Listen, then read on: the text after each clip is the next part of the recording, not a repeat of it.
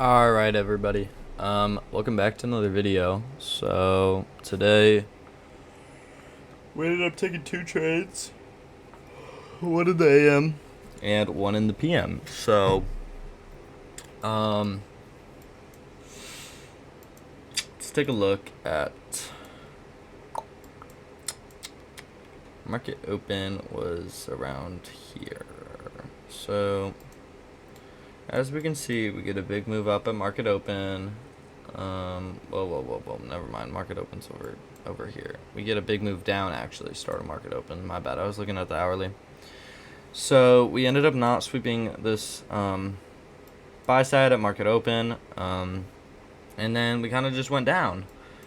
Swept out these lows. And then we came to a 4-hour bullish fair value gap that looked really good. Filled it halfway. Unfortunately, no SMTs were made throughout that. We also inversed this hourly we inversed this hourly bullish fair value gap. So pretty bearish bias, but like I said, we came down and we filled the 50% mark of this 4-hour bullish fair value gap.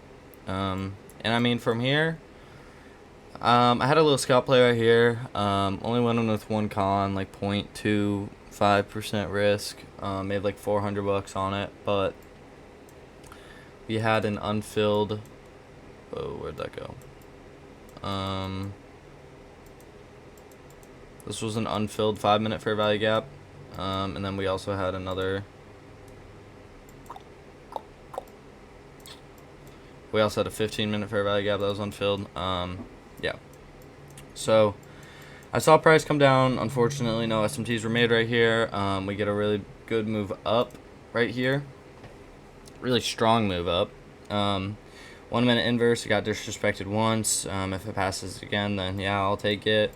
And also, I anticipated the breaker block with this as well. Bullish breaker block ended up being really good.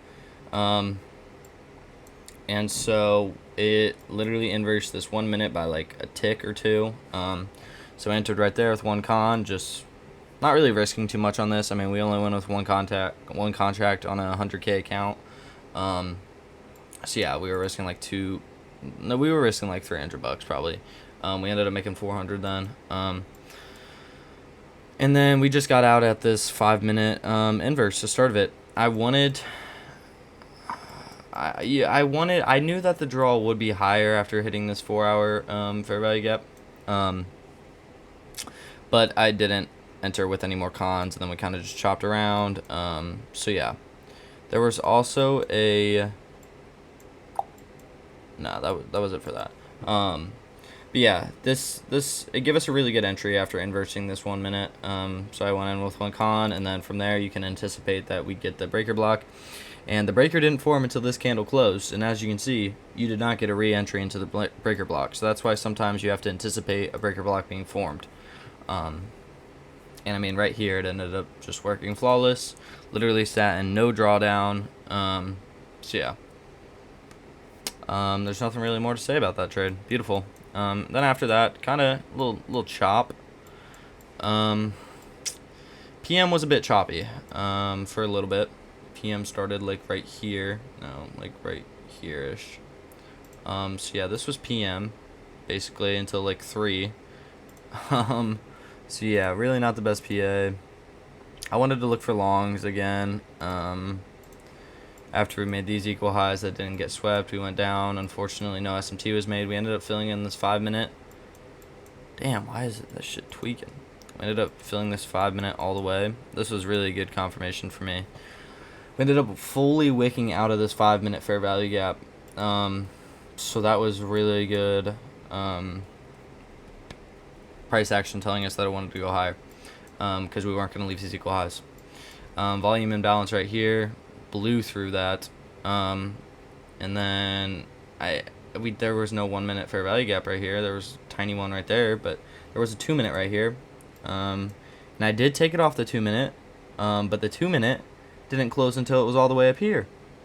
So I set a limit order right here, and what do you know? Price eventually tapped the limit, filled the 50% mark of the fair value gap, and then came and hit our TP. I wanted hindsight bias talking here. I wanted to go in for 2 contracts on this trade. I still ended up making like $400 on it, about the same as the other one. But I wanted to go in for 2 contracts, and set another one at these equal highs. Yes, I would have gotten break even after. Price would have came back down to our entry, stopped us out break even for the other contract, and then I mean, yeah, it would eventually go up and hit the equal highs. But I wanted to go in for 2 contracts. I only set one at this 2-minute though, because I didn't want it to just blow past that either, stop us out. So I wanted to get one filled right there, and then we also had a here it is. We also had a really small 5-minute right here. So if you can see, we had a little 5-minute inverse right there. I wanted to inverse for 5-minute. What the fuck? Okay. I wanted to get our fill right here at the 2-minute inverse, which we did get. But then the 5-minute, and I wanted the 5-minute to barely close above as well, and then I would have added on the other contract right there. Then we could have let that run higher. But the 5-minute didn't. The 5-minute closed above after it already hit our TP. So main draw on liquidity is gone. No point in adding contract all the way up there. So we only went in with 1 con. We honestly got a really good fill right there. I didn't know if it was going to come back down or not, but luckily for us, it did. So yeah, that was a solid trade as well, and that's about it from there. Not really too good of price action today. So I mean, yeah, that was basically it. This was a really good trade if anybody found an entry within this. We had a bunch of, well, I guess just low resistance liquidity right there. You could target these equal highs up here with like partials along the way. So yeah, that would have been good, but I don't know if there would be an entry over here. I don't know if there would be an SMT or not. 5-minute inverse right there. I don't know. But I was done after that. I was happy with the 2 trades, up like 0.7%, $700 on the day. So yeah, that was it for me. Tomorrow should be good. We have CPI, so these trades were taken 9th, Tuesday of April. So if I take any trades Wednesday, you guys will see it then. But until next time, guys, I'll see you.